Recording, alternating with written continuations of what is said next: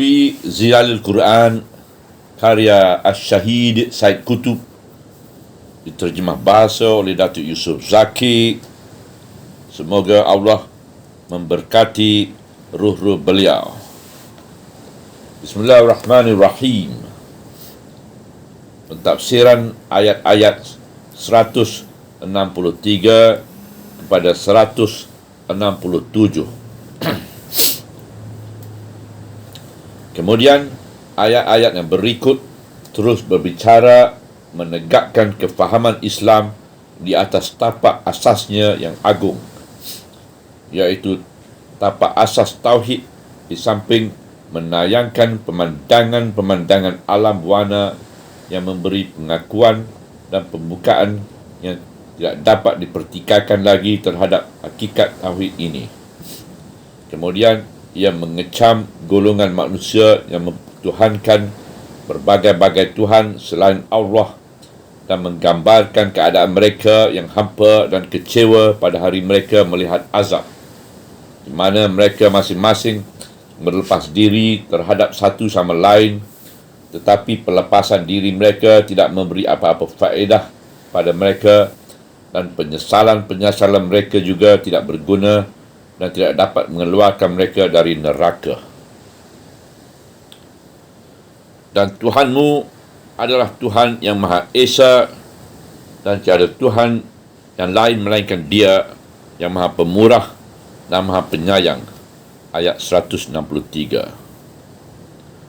Sesungguhnya dalam penciptaan langit-langit dan bumi, pertukaran malam dan siang, penciptaan kapal-kapal yang berlari di lautan dengan muatan yang berguna kepada manusia, kejadian air hujan yang diturunkan Allah dari langit, lalu Dia hidupkan dengannya bumi yang telah mati dan menghamburkan di dalamnya segala aneka haiwan, juga pengedaran angin dan awan-awan yang dijadikan di antara langit dan bumi itu adalah menjadi bukti-bukti yang jelas pada orang-orang yang berfikir. Ayat 164. Di antara manusia ada orang-orang yang menyembah sekutu-sekutu yang lain dari Allah. Mereka menyintai sama seperti mereka menyintai Allah, tetapi orang-orang yang beriman amat cinta kepada Allah. Dan andainya orang yang zalim ini mengetahui ketika mereka melihat azab di hari neraka bahawa seluruh kekuatan itu milik Allah belaka dan bahawa Allah amat keras azabnya, tentulah mereka tidak akan mempersekutui Allah. Ayat 165. Iaitu ketika pemimpin-pemimpin sesat yang diikuti mereka melihat azab, diikuti itu berlepas diri dari mereka yang mengikutnya, dan ketika mereka melihat azab dan terputus segala hubungan di antara mereka. Ayat 166.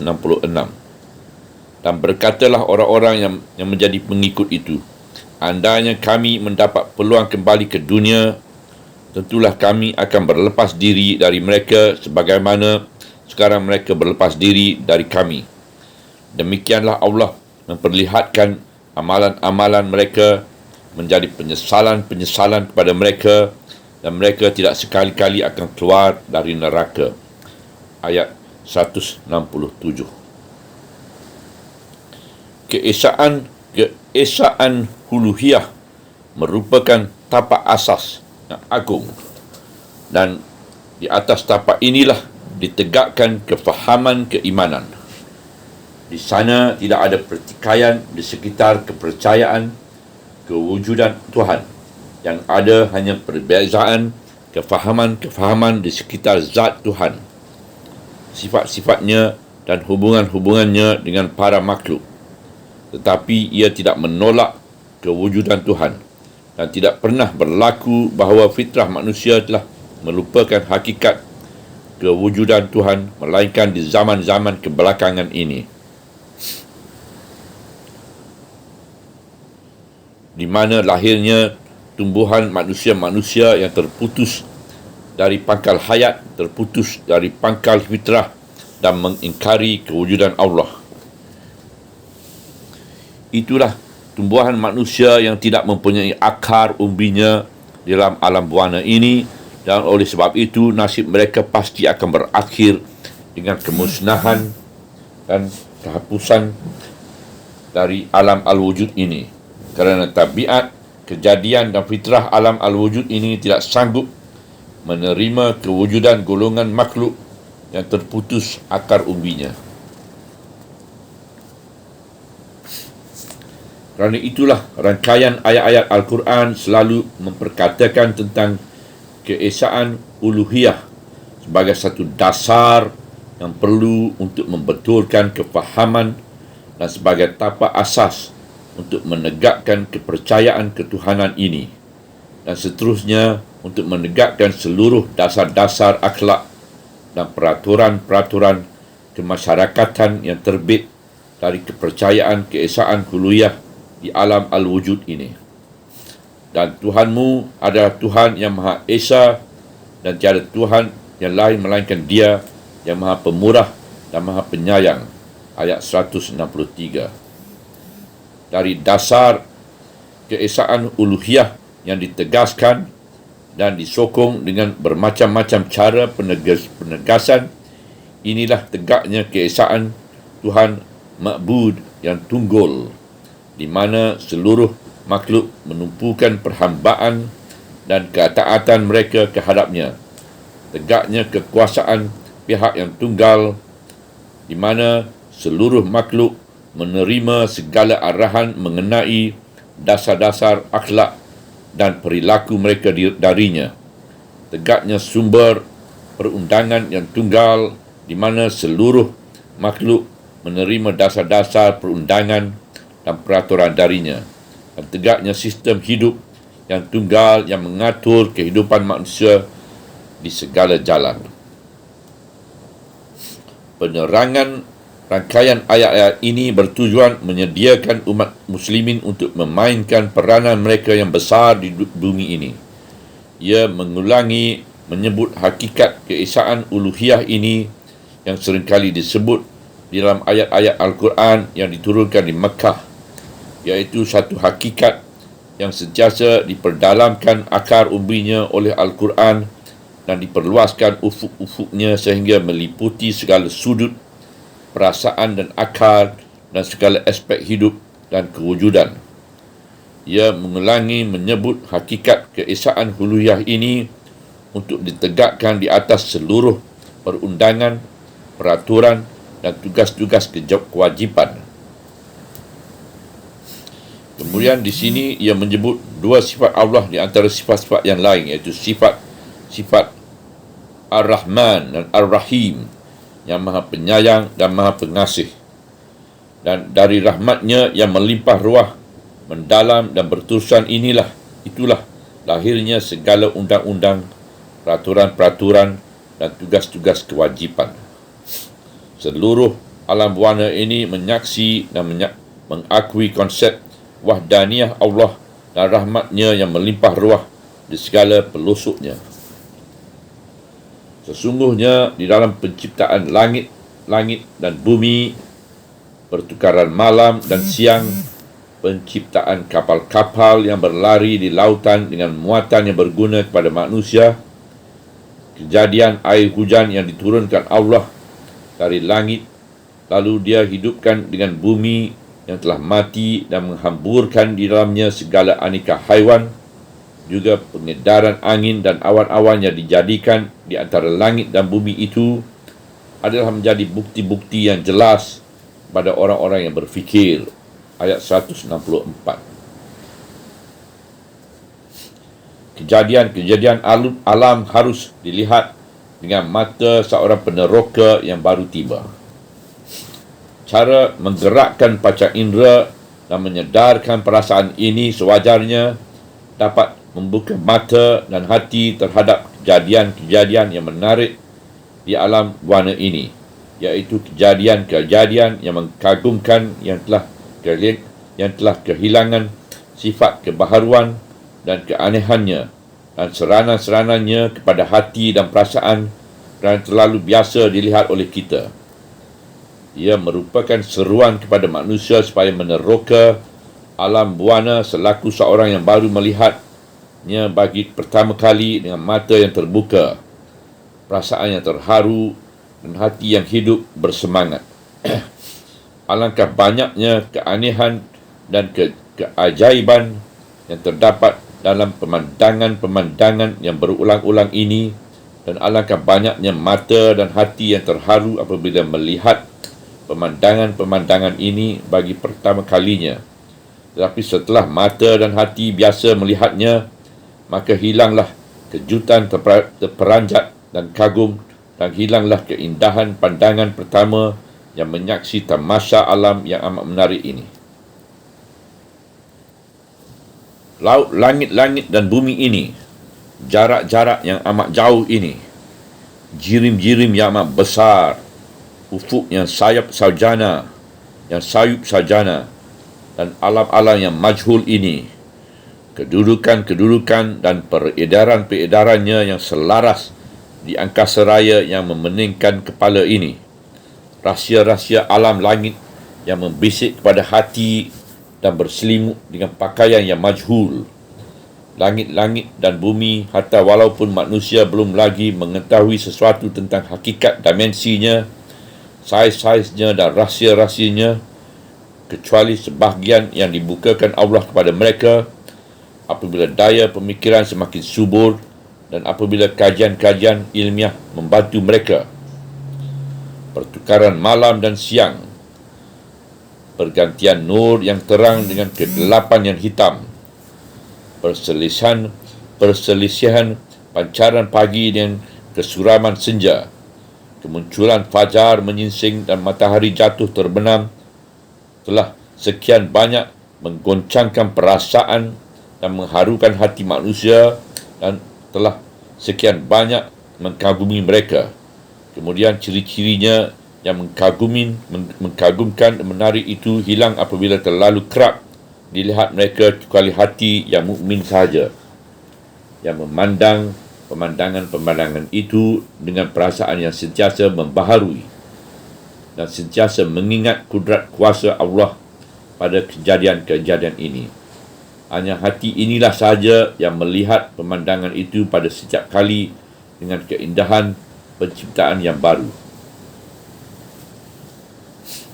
Kapal-kapal yang berlari di dalam laut membawa muatan-muatan yang berguna kepada manusia.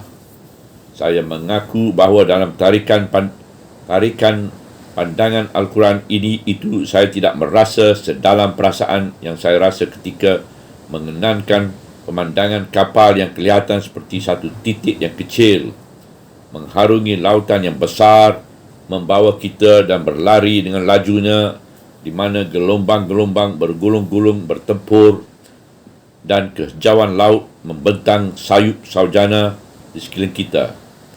Kapal-kapal kelihatan terapung-apung dan bertaburan di sana sini. Tiada sesuatu yang berkuasa di sana selain dari kudrat Allah dan pemeliharannya, dan selain dari undang-undang alam yang dijadikan Allah. Undang-undang inilah yang membawa kapal-kapal yang kelihatan seperti titik-titik yang kecil ini mengharung gelombang-gelombang yang menakutkan. Dari mana datangnya hayat? Kemudian air hujan yang diturunkan Allah dari langit dan menyebabkan bumi yang tandus mati itu hidup dan subur kembali. Kemudian binatang-binatang yang ditaburkan Allah di merata pelusuk bumi, dan peredaran angin dan awan yang dikendalikan di antara langit dan bumi. Semua pemandangan ini juga diperhatikan kembali oleh manusia, seperti yang disarankan oleh Al-Quran, dengan mata yang terbuka dan hati yang insaf dan sedar.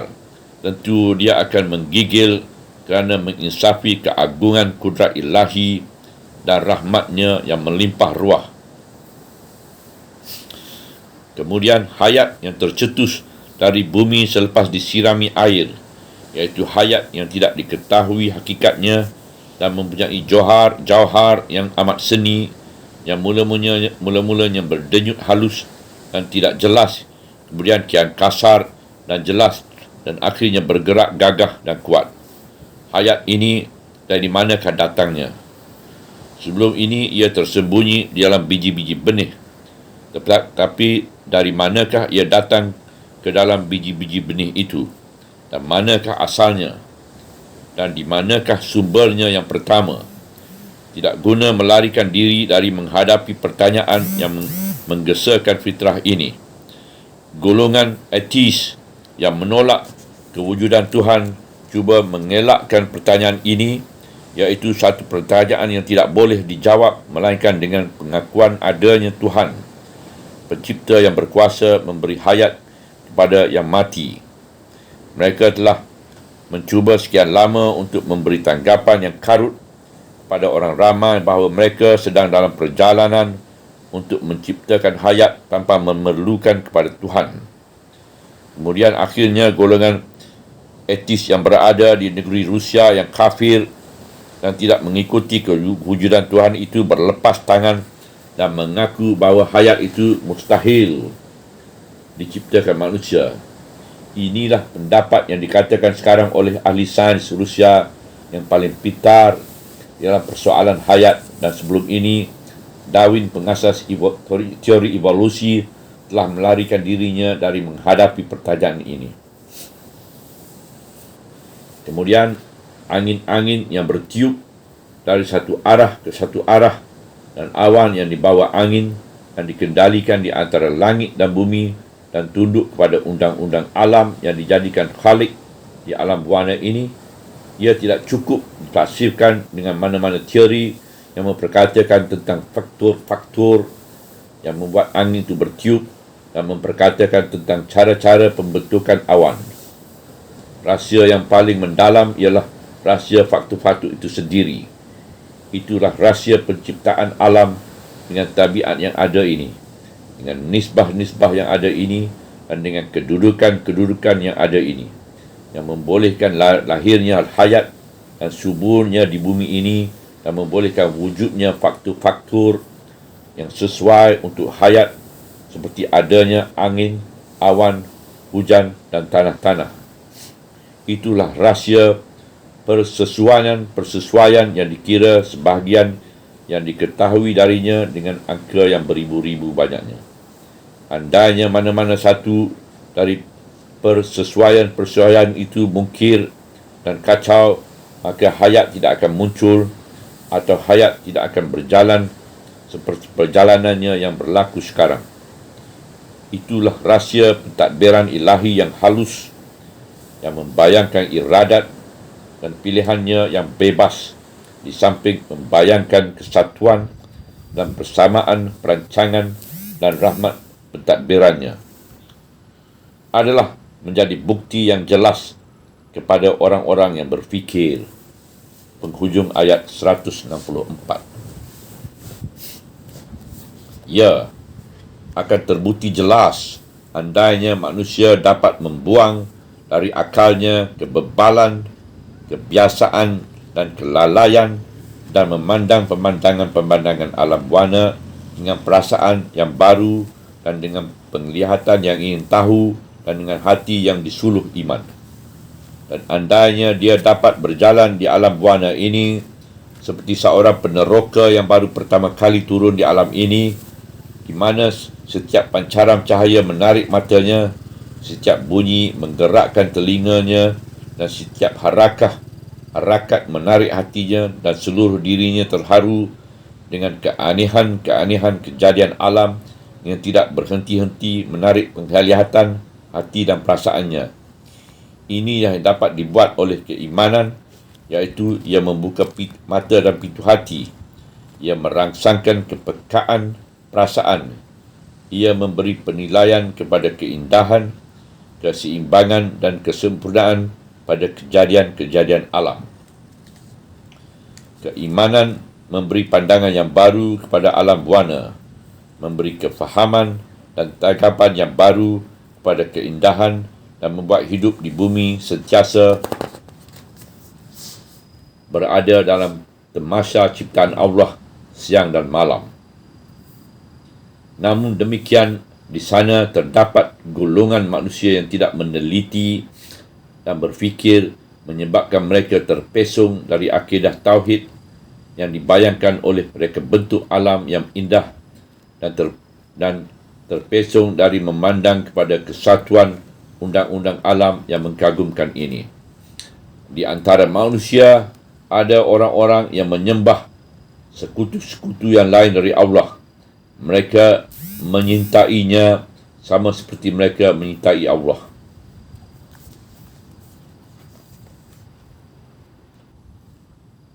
Tuhan di zaman-zaman jahiliah. Di kalangan manusia terdapat orang-orang yang menyembah bermacam-macam Tuhan selain dari Allah. Tuhan-Tuhan itu di masa turunnya Al-Quran ini berupa batu-batu, pokok-pokok, bintang-bintang, planet-planet, malaikat-malaikat atau syaitan-syaitan. Tuhan-Tuhan itu di mana-mana zaman jahiliah adalah berupa benda-benda, tokoh-tokoh, lambang-lambang atau perhitungan-perhitungan atau pandangan-pandangan. Semuanya merupakan syirik. Syirik kafi, iaitu syirik halus atau syirik zahir, jelas, apabila disebut di samping nama Allah dan apabila dipersekutukan oleh seseorang itu dalam hatinya bersama kasihnya kepada Allah.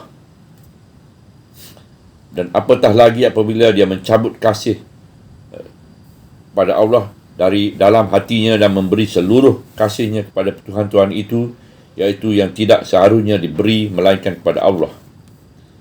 Orang-orang yang mukmin tidak mencintai sesuatu sama dengan cinta mereka kepada Allah. Sama ada sesuatu itu diri mereka sendiri atau orang lain, sama ada tokoh-tokoh atau perhitungan-perhitungan, sama ada lambang-lambang atau nilai-nilai bumi yang dikejar oleh manusia.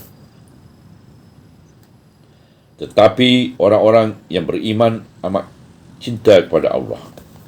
Cinta mukmin kepada Allah. Mereka amat cinta kepada Allah. Cinta mereka adalah cinta yang bebas dari segala perhitungan dan ikatan. Cinta mereka kepada Allah lebih besar dari segala cinta mereka yang diberikan kepada yang lain dari Allah.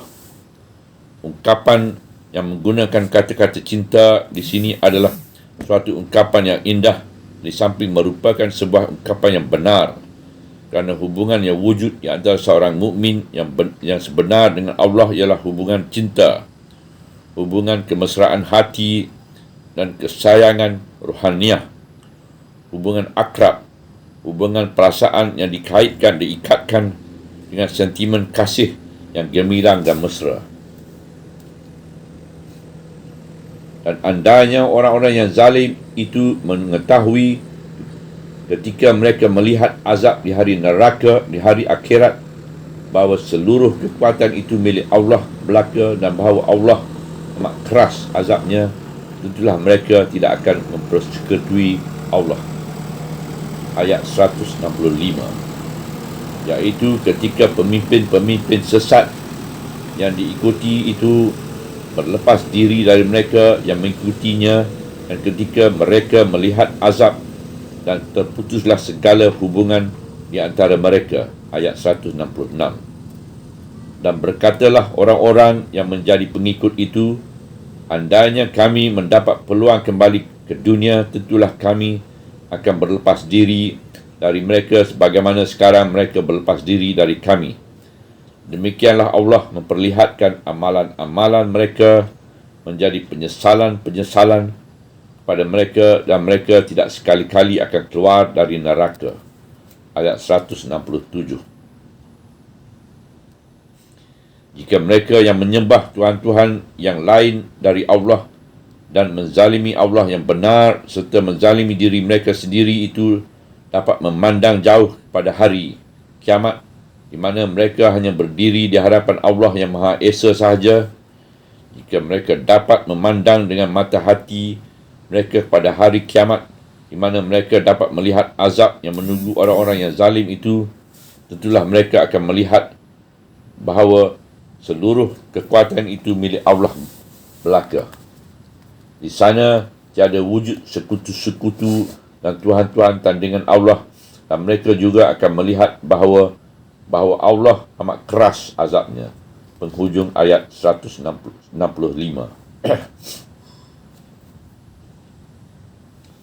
Perbalahan di antara pemimpin-pemimpin yang kafir dengan para pengikutnya pada hari kiamat. Jika mereka dapat melihat, tentulah mereka akan melihat bagaimana pemimpin-pemimpin berlepas diri dari para pengikutnya ketika mereka melihat azab. Ketika itu terputuslah segala hubungan dan pertalian yang wujud di antara mereka. Setiap orang masing-masing sibuk memikirkan nasib dirinya sendiri.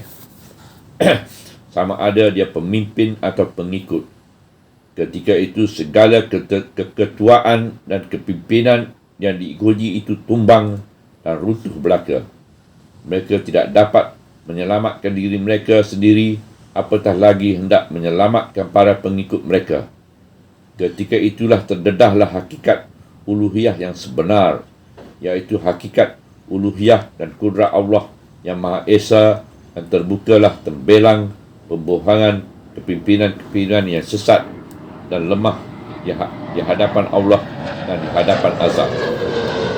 Dan berkatalah orang-orang yang menjadi pengikut itu, andainya kami dapat peluang kembali ke dunia, tentulah kami akan berlepas diri dari mereka sebagaimana sekarang mereka berlepas diri daripada kami. Ya, ini di sini timbullah kemarahan para pengikut yang tertipu kepada pemimpin-pemimpin yang sesat itu, dan mereka berangan-angan hendak membalas perbuatan pemimpin itu andainya mereka dapat pulang semula ke dunia untuk menyatakan bahawa mereka berlepas tangan dari pemimpin-pemimpin yang lemah yang telah menipu mereka di hadapan pemandangan azab. Ini adalah satu pemandangan yang mengharukan, iaitu pemandangan perbalahan dan perseteruan di antara para pengikut dengan para pemimpin, di antara para pencinta-pencinta dengan orang-orang yang dicinta. Di sini datanglah satu ulasan yang pedih. Demikianlah Allah memperlihatkan amalan-amalan mereka menjadi penyesalan-penyesalan kepada mereka, dan mereka tidak sekali-kali akan keluar dari neraka. Ayat 167. Subhanallah, walhamdulillah, wala ilaha illallah, wallahu akbar, wala hawla wala quwata illa billahil aliyyil azim, wala hawla wala quwata illa billahil aliyyil azim, wala hawla wala quwata illa billahil aliyyil azim.